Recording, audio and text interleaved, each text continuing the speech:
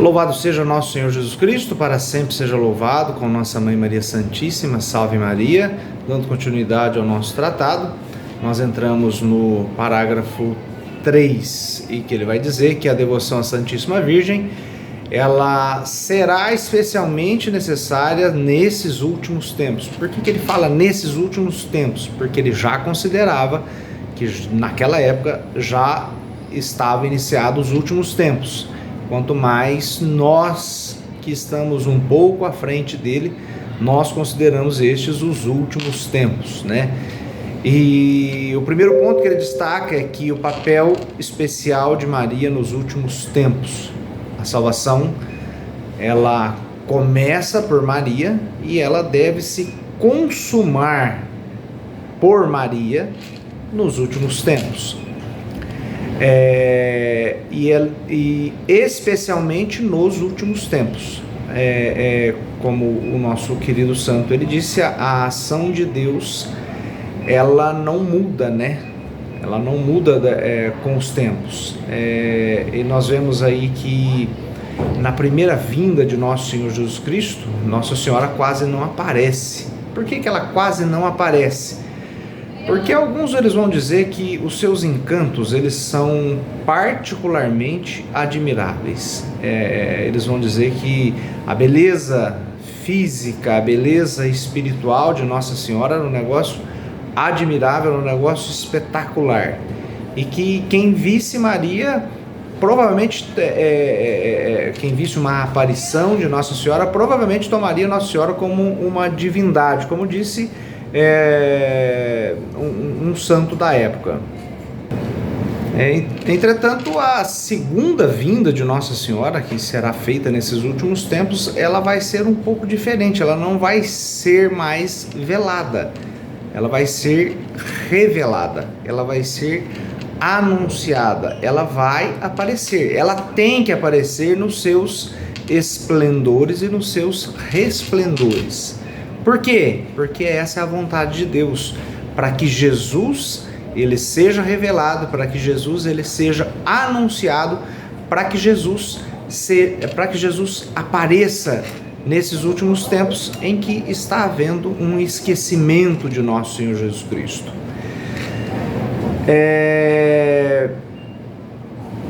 Deus quer que Nossa Senhora seja conhecida. E ele tem, nosso santo, ele cita aqui alguns motivos.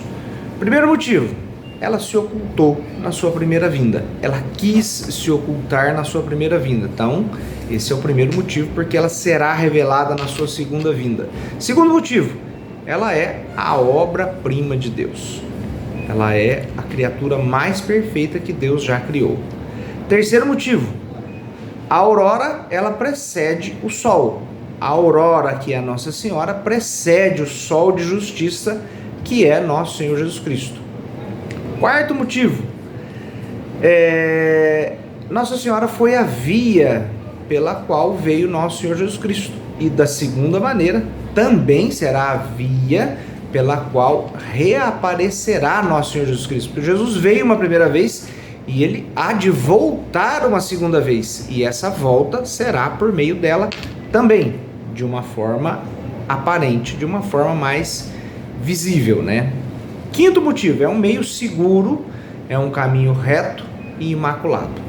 Ele vai dizer que quem encontra Maria encontra a vida, porque Jesus Cristo, ele é o caminho, a verdade e a vida. E é preciso que, para que nós amemos Maria, é preciso que nós conheçamos Maria, é preciso nós conhecermos Nossa Senhora.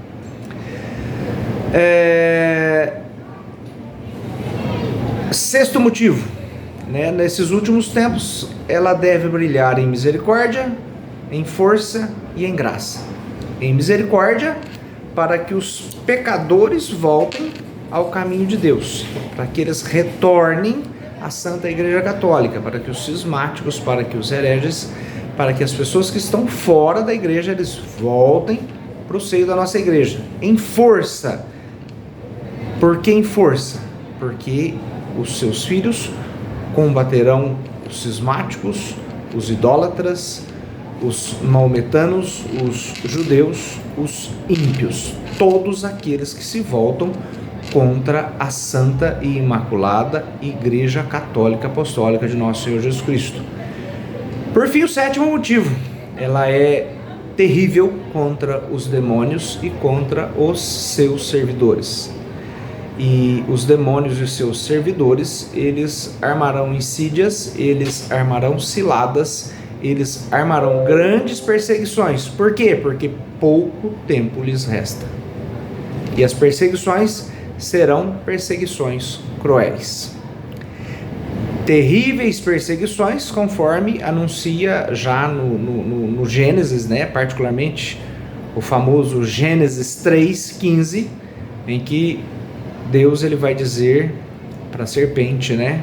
Porém, inimizade entre ti e a mulher, entre a tua descendência e a descendência dela. E existe uma única inimizade que é permitida por Deus. A inimizade entre Maria e seus filhos, e entre o demônio e os seus servos e filhos. Maria e seus filhos de um lado, demônio e seus filhos e servos de outro lado. Essa é a única inimizade que Deus permitiu. Uma inimizade muitas vezes velada, sutil, escondida, mas ainda assim uma inimizade. E nesses últimos tempos, né, os devotos de Nossa Senhora, eles têm uma clareza muito grande para ver os ataques desses inimigos, porque Nossa Senhora inspira um verdadeiro medo e um verdadeiro terror sobre eles. Nossa Senhora e sua humildade, elas humilham o demônio e os seus filhos e servos. E Nossa Senhora e seus filhos, ela tem um grande poder sobre o próprio demônio.